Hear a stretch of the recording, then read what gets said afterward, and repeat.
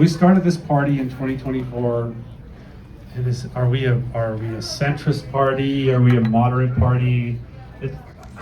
We're a non-conformist party, is what we're about, and we're not conforming to the narratives coming out of Washington, D.C., reality show, TV, politics, Olympia, ugly Hollywood. That's what I call Olympia.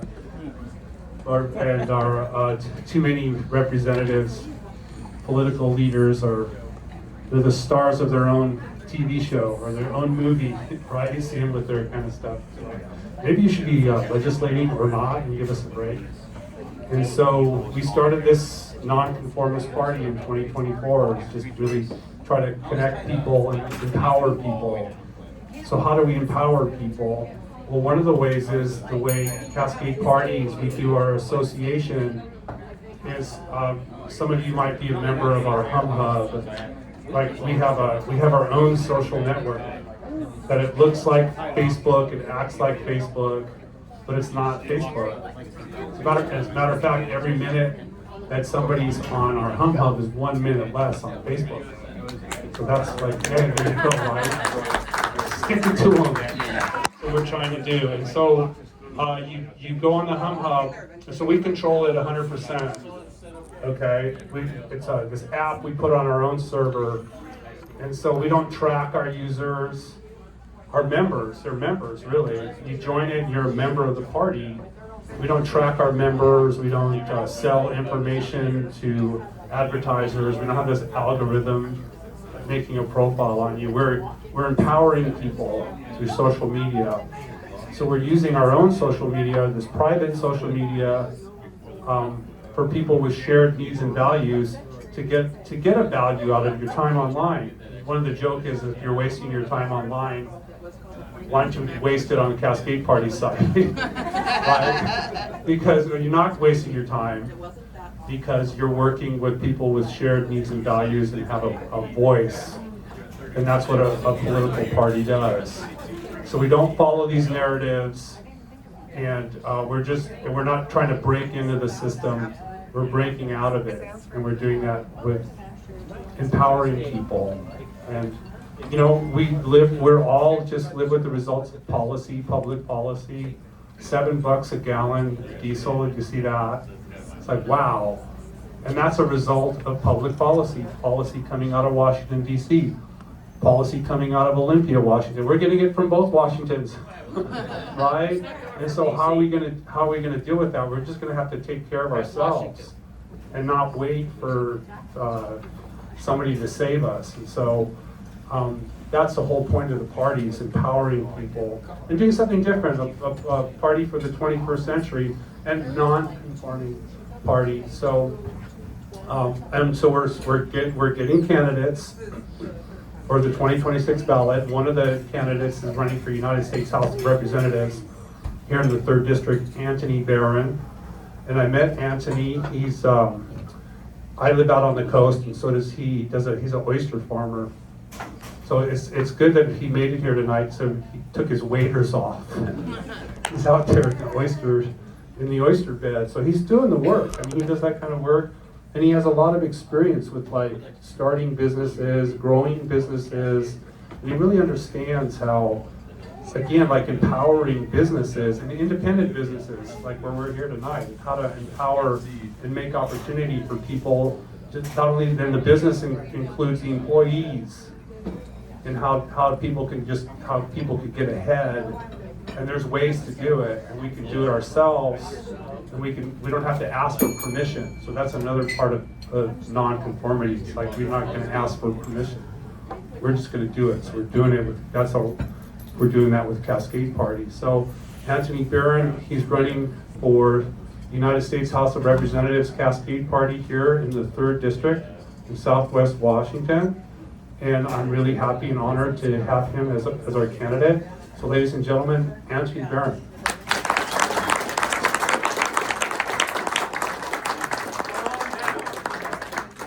Thank you, Krist.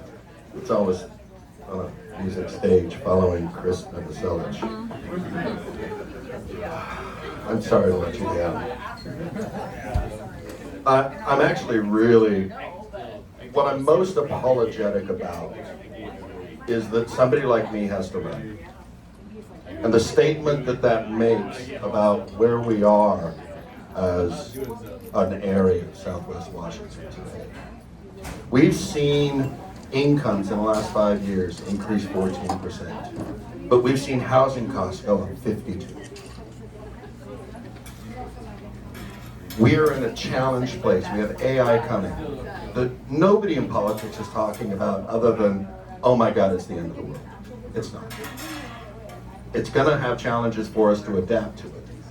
But what we need in government today, what we need in Southwest Washington, is a pragmatic view that's going to answer only one question. How do we ensure that you get up tomorrow and say, my life is better today than it was before? How do we build a place where one of our biggest exports isn't 18 to 30-year-olds who are seeking opportunity somewhere else? How do we find a place where we can afford to buy first homes before we're 40?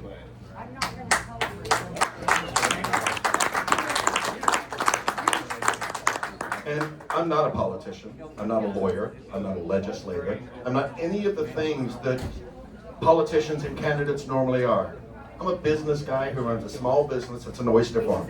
In fact, when I was getting ready to come here and I come back from the farm, I actually had to look at all my jeans to see which one had the least amount of mud on it.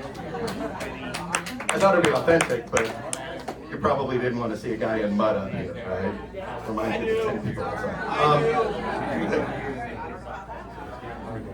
And so, I'm not going to talk to you tonight about all the wonderful things that should be happening or would be happening. I'm going to tell you a story very quickly that happened on Tuesday that I think I'll be able to then translate to what that means for here.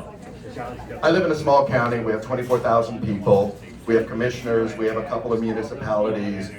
We have very low income compared to the rest of the district, similar to Skamania, what they fight. And one of the things that I've been working on for the last 2 or 3 years is trying to educate the local government on what it takes to create jobs. What it takes to create jobs that pay above 15 or 20% above the average income. I'm not talking about the tourist jobs that we have to pay minimum wage. I'm talking about bringing in good and real jobs. And so on Tuesday, I called up, well, the week before, I called up the mayor of Long Beach, the mayor of Ilwaco. I called up our commissioner, one of our 3. You can't put 2 in a room or else it's OPA laws and everything else. So I called up and said, can I have a commissioner at the meeting and then the head of the EDC? And they said, why are we coming to this meeting? I said, because I've got 2 guys who run multi-billion-dollar private equity funds who I've invited to come into our community and start educating us on what it takes to get the investment to build the infrastructure, the buildings, the warehouses, light industrial. Right, one of the guys that's coming in is doing a $50 million project in Rocky Mount, North Carolina. Small county like Cowlitz, right, a little smaller than Cowlitz. And he's going to bring 350 jobs through that with another 500 ancillary jobs. They'll pay between 25 and 40% above the average income in the area, and so he knows how to do it. And so I wanted to sit down with these people, and my goal, whether I get elected or not, is in Pacific County, I want to bring $10 billion of investment to create jobs so our kids don't have to leave, so our people can afford the homes. So we're not just a tourist destination, and we're not an extractive community, meaning we land fish, we catch fish, we land fish, we ship them somewhere else. We cut down trees, we put them on trucks, we ship them somewhere else. We want to be able to start creating value-added businesses that leverage the resources we have here, and that needs to happen through all of Southwest Washington. Because if we start adding value to everything we do here, we start creating the jobs that allow us to buy the homes. Home affordability isn't a question of the housing price. And I keep trying to explain to all the local politicians, it's not about the price of the home. It's about how much income you have compared to the price of the home. And if we're not increasing incomes, if we're not creating new jobs, if we're not driving jobs that have long-term stability, the gig economy has taught us we need long-term stability. So if we're not driving those jobs, then we need to do that. And we need a politician who's going to think differently. I brought those people in because I think a congressperson is the CEO of their district. And they have the power to get anybody on the phone. But nobody ever does. And so I'm running to make this district better, to bring the jobs here, to get the infrastructure fixed. Anybody who's been on any of the east-west SRs in our district, it's a nightmare. Try driving to White's Pass, right? Try driving 4 through from Longview to where I live, right? None of them are great. We end up taking 30 because it's a much better road, right? It takes 8 minutes longer, but it's a better road. Why we're going to spend $17 billion on the bridge to cross the 5 instead of 4 or 5 billion, and then put that money into the roads to make everybody's life safer and happier, I don't know. But that's what we need to do. We need to bring that business focus and that understanding of how to create jobs to this district so that we can build a future for ourselves. And I'm Antony Barran, and I'm running for Congress.